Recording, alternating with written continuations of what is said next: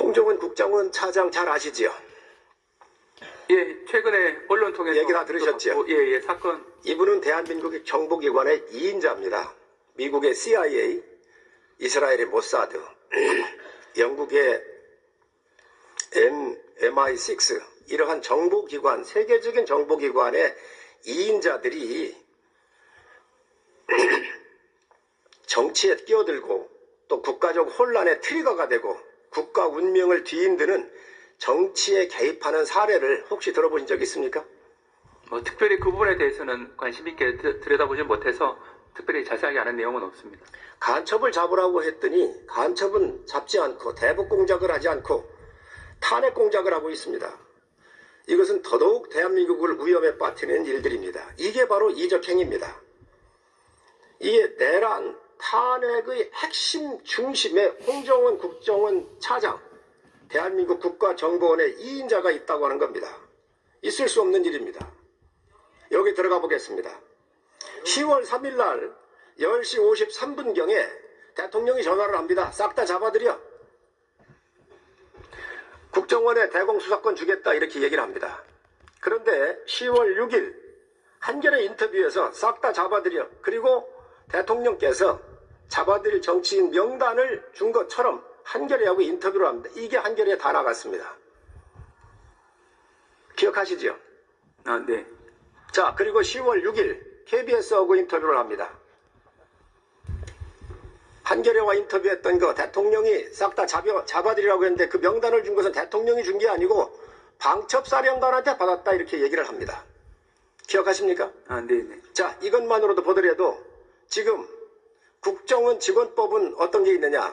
17조에 의하면 비밀 누설 금지 조항이 있습니다. 위반했습니까? 안 했습니까? 그 부분 구성요건 해당성이라든지 위법성 조각 등등 논란이 될 수 있는데 이 부분은 제가 구체적으로 말씀드리는 좀 한계는 있을 것 같습니다. 두 번째, 정치 관여 금지 조항이 국정원법에 있습니다. 21조입니다. 여기에 해당이 됩니까? 안 됩니까? 그 부분도 좀 추가 검토가 필요한 사안 같습니다. 차관님, 이렇게 엄중한 사건입니다. 대한민국이 지금 혼란에 빠져 있습니다. 그런데 이 탄핵 공작 핵심에 바로 대통령을 끌어들이고 하지도 않은 이야기를 함으로써 엄청난 혼란을 야기한 사람입니다. 무엇보다도 중요합니다. 그런데 왜 수사를 안 합니까? 왜 수사를 안 합니까? 홍정원 전 1차장의 진술이 신빙성에 대해서 의원님께서 말씀하시는 것으로 이해를 하고 그 부분은 앞으로 재판 과정에서 신빙성 여부에 대한 법원의 판단이 앞으로 있습니다. 그렇게 얘기하시면 안 됩니다. 지금 검찰이 이 공소장을 헌재에 보냈습니다. 여기에 이런 것들이 나와 있다는 거예요. 틀린 게 너무 많습니다. 그럼 검찰 책임이 있잖아요. 그럼 바로 언론이 이걸 수사를 해야 되는 겁니다. 왜 안 하십니까? 그리고 이에 대한 증거로 메모를 내놨습니다. 알고 계시죠? 네네. 그 메모에 대해서 지금 논란이 엄청나게 큽니다. 먼저 대통령께서 이 명단을 적었는데 첫 번째 명단은 적다가 이걸 버렸다 그러잖아요. 그죠? 국에서 버렸다 그럽니다. 그래서 두 번째 자기가 기억을 복귀해서 적었다 그럽니다. 자, 그런데 이걸 복귀하고 누구한테 재작성 시켰느냐? 들으셨습니까? 네네. 누구한테 재작성 시켰습니까? 보좌관, 자기하고 같이 근무하는 그 직원 통해서 작성하게 했다라고 진술한 것으로 알고 있습니다. 이게 살생부입니다. 살생부를 보좌관한테 시키는 사람 보셨습니까? 상식에 맞습니까? 있을 수 없는 이야기입니다. 어떻게 정보의 2인자는 정보를 다루는 사람은 정보의 가치에서 중요합니다. 누구한테 받았는지, 언제 받았는지, 어디에서 받았는지, 무슨 내용을 받았는지 이게 가장 중요한 내용입니다. 그런데 이 내용에 대해서 이게 신빙성이 없고 지금 원본을 버렸다는 거예요. 보좌관을 시켰다는 거예요. 그러면 이보다 더 중요한 게 어디 있습니까? 지금 우리 법무부 차관이 검찰에서 이런 것부터 수사를 안 하면 도대체 어느 거를 수사를 한다는 말입니까? 어떻게 생각하십니까? 네, 지금 위원님께서 말씀하신 그 부분은 최근에 헌법재판소 증인으로 나와서도 이제 논란이 좀 된 부분이기도 하고 앞으로 재판 과정에서도 신빙성 여부 판단에 있어서 여러 가지 추가 검토가 법원 내에서도 아마 될 것으로 생각합니다. 이 국정원 차장이 국정원장 공간 앞에서 받아 적었다 그랬어요. 국정원장 공간 앞에 CCTV가 있을 겁니다. 없겠습니까? 그 중요한 시설에? 빨리빨리 압수수색을 해야 될 거 아니에요. 이 메모를 빨리 입수해야 될 거 아니에요. 이 입수해서 필적 감정하고 CCTV 가다 감정하고 이 중요한 이 사건의 탄핵 공작의 트리거가 바로 이 홍장원인데 이에 대해서 수사를 않는 게 지금 검찰이 지금 뭘 하고 있습니까? 응? 어떻게 생각하십니까? 네, 위원님께서 말씀하신 부분은 취지는 홍장원 전 1차장에 대한 수사를 촉구하시는 취지로 보이는데 일단 당의 그 수사팀에서 여러 가지 수사의 필요성 여부를 합리적으로 판단할 것으로 생각은 합니다. 이 홍정원 차장이 헌법재판소에 가가지고 자기가 이 메모를 썼는데 왼손으로 썼답니다. 왼손잡이랍니다. 이 사람 왼손잡이 아닙니다. 국정원에 제가 제보받은 부하였던 직원이었던 사람들로 제가 제보받은 게 보면 화면 보시면 저 보십시오. 지금 이렇게 쓰지 않습니까? 상습적으로 쓰고 있는 겁니다. 이게 어떻게 왼손잡이입니까? 응?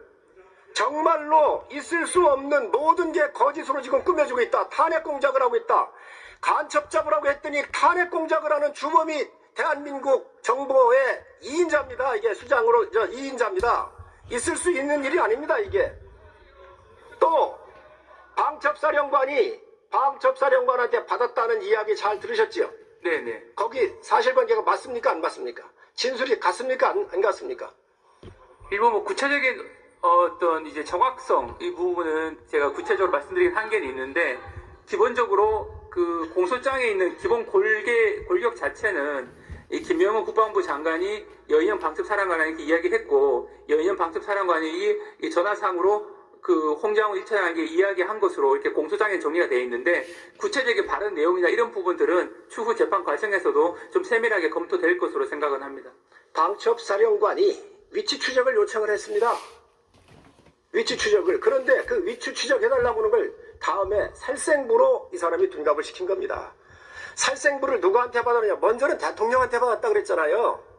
있을 수 없는 얘기입니다. 방첩사에 구금시설도 없습니다. 근데 구금시설 얘기를 했다고 그러잖아요. 너무도 또 체포조라고는 말을 썼습니다. 지금 이런 것들이 탄핵 심판에 영향을 주고 있는 거예요. 탄핵 심판에 가 있는 재판관들한테 공소장으로 가 있는 거예요. 그러니 빨리 수사를 해서 이 공소장이 잘못되어 있으면 바꿔주고 제대로 이야기를 해야 될 거 아닙니까? 그런데 이게 지금 언론을 통해서 밝혀지고 있는 거예요. 검찰이 지금 뭐 하고 있어요? 어떻게 생각하십니까? 그 부분은 이제 수사팀에서 합리적으로 판단을 해서 수사가 필요한지 여부에 대한 검토를 할 것으로 생각은 합니다. 또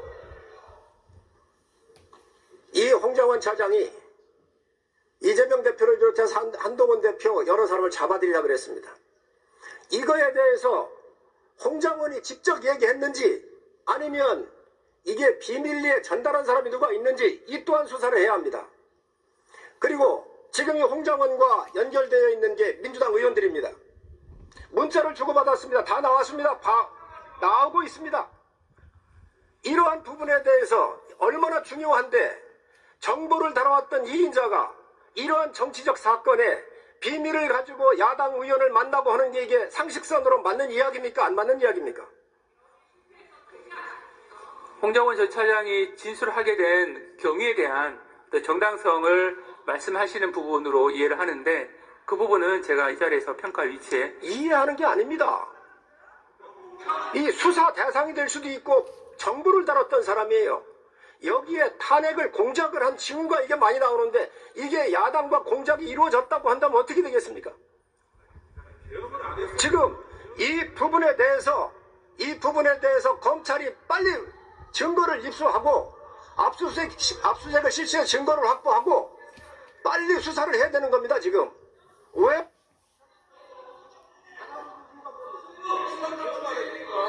네, 앞에서 말씀드린 바와 같이 수사팀에서 이 부분은 합리적으로 판단할 사항으로 생각합니다.